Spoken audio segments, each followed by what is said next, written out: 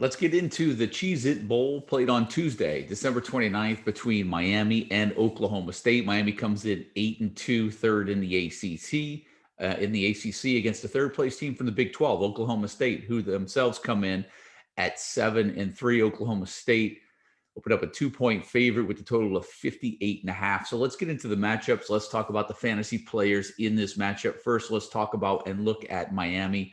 Offensively, they're averaging 34 points a game, 163 on the ground, 269 in the air. Defensively, 26 points per game, 180 on the ground, 226 in the air. But the lasting impression that we got from the Miami defense was that 62 to 26 drubbing that they took at the hands of North Carolina to close out the regular season. They lost that game 62-26. We're going to see how that plays into and affects our picks in this one. Oklahoma State, they were in the running for the Big 12 championship for a while. They did drop a game to Texas, then they lost at Oklahoma, and then they lost that close one to TCU in the second to last game of the season. But they're averaging 29 points a game, 194 on the ground, 232 in the air, a little more balanced than the Miami offense.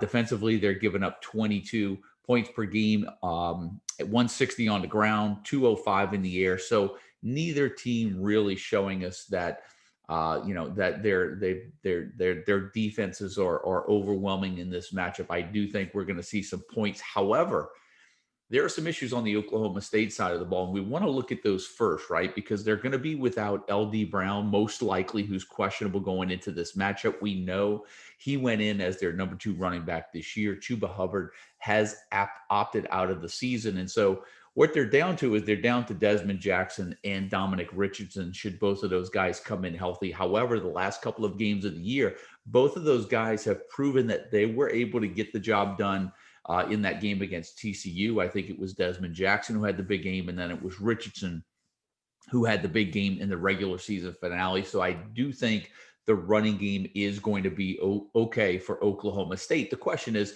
will spend, I think where this matchup really comes down to is the efficiency, the effectiveness in which Spencer Sanders is going to be able to operate that offense against Miami in the bowl game. Tylan Wallace also comes into this game questionable. I would be surprised if he plays given his injury history. So I think what you're looking at is you're probably looking at Dylan Stoner becomes Spencer Sanders' number 1 target in this matchup. And then you've got Braden Johnson, you've got Landon Wolf, Tay Martin, the Washington State transfer. Those guys figure into the passing game right here.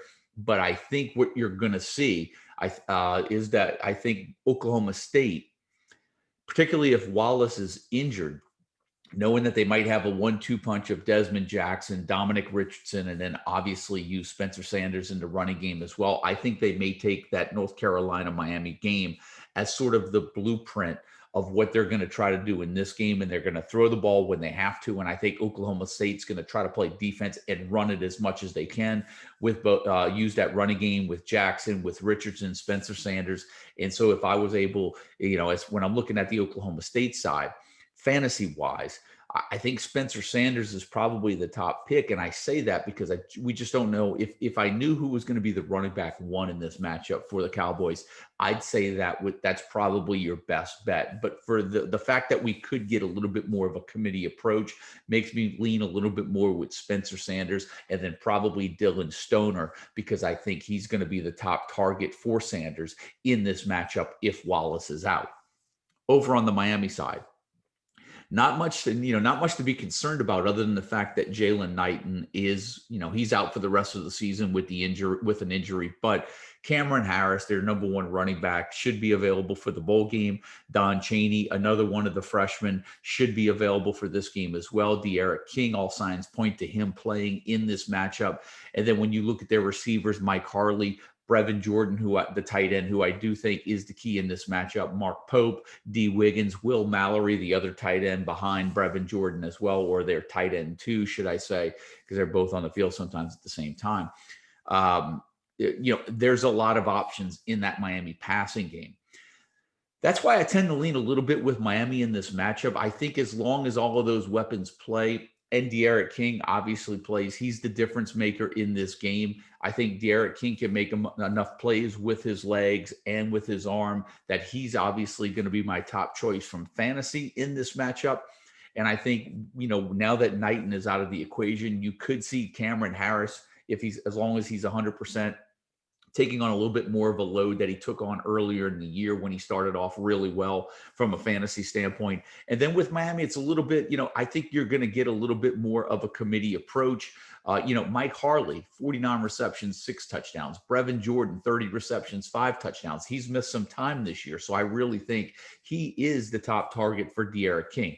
Mark Pope, he's got 30 receptions, 2 touchdowns. D. Wiggins, 30 receptions, 3 touchdowns. And Will Mallory, he's got 18 receptions and 4 touchdowns. So King's not afraid to spread it around. And I really like that when the offenses don't really rely on one target. It's not great for fantasy, but it's great for the quarterback and it's great for the matchup. So for those reasons, I sort of like Miami in this game. However, if Oklahoma State takes that blueprint, that North Carolina blueprint, and applies it in this game, I do think that the Oklahoma State offense is going to be able to run the ball enough and play good defense that they can stay in this matchup. And I think that when you look at this, Oklahoma State's actually a 2-point favorite.